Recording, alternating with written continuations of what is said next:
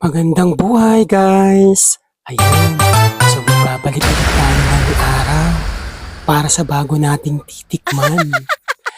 Kung ano nga ba ang lasa o masarap nga ba yung bagong pagkain or produkto na nabibili at nakikita natin sa mga supermarket o sa mga groceries. Kaya naman, guys, tikman natin kung ano ang lasa ng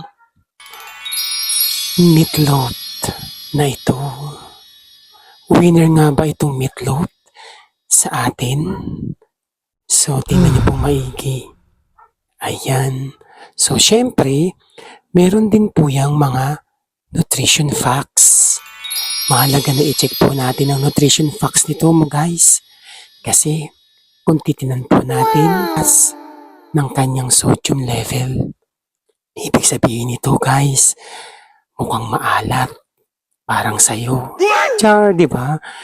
Kaya naman guys, tara, samahan niyo po akong tikman ito guys. Kung talaga pang masarap itong bagong winner meatloaf. Let's go! Ito na nga guys. So bubuksan po natin ito guys. So gamit natin ang para saktan siya. Char! Ito. Diba? So wait lang guys ha.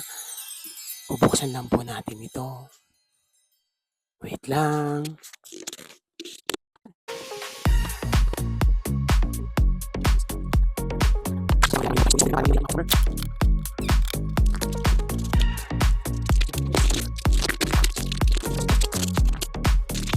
Hello guys. Ayan. So ngayon nabuksan na po natin to. O diba? Tingnan mo naman yung itsura. Hindi talaga magpapantay gamit ang kutsilyo. Kapag magbubukas tayo ng ganitong dilata. Anyways, tikman na natin kung ano ang lasa ng bagong meatloaf na to. Kung winner nga ba. Let's go guys. Ayan, so tikman natin. Yummy!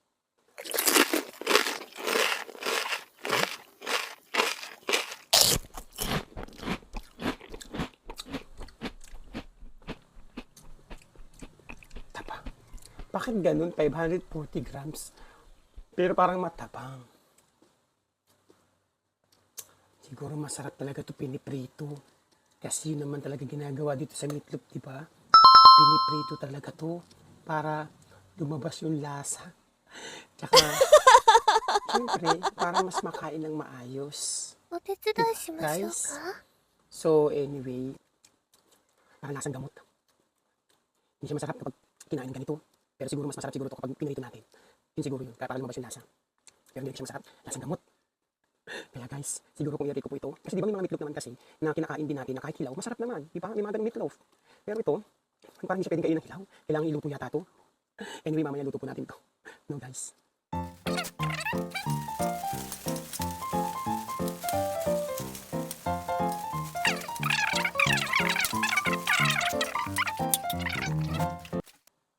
Hello guys! Ayan.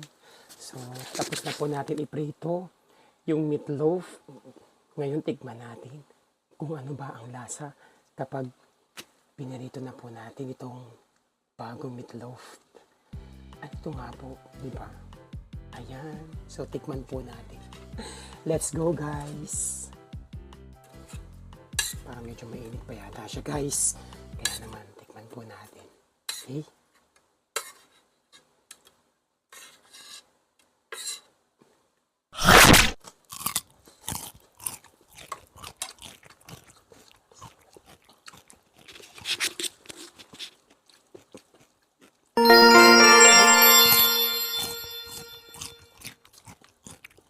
Masarap.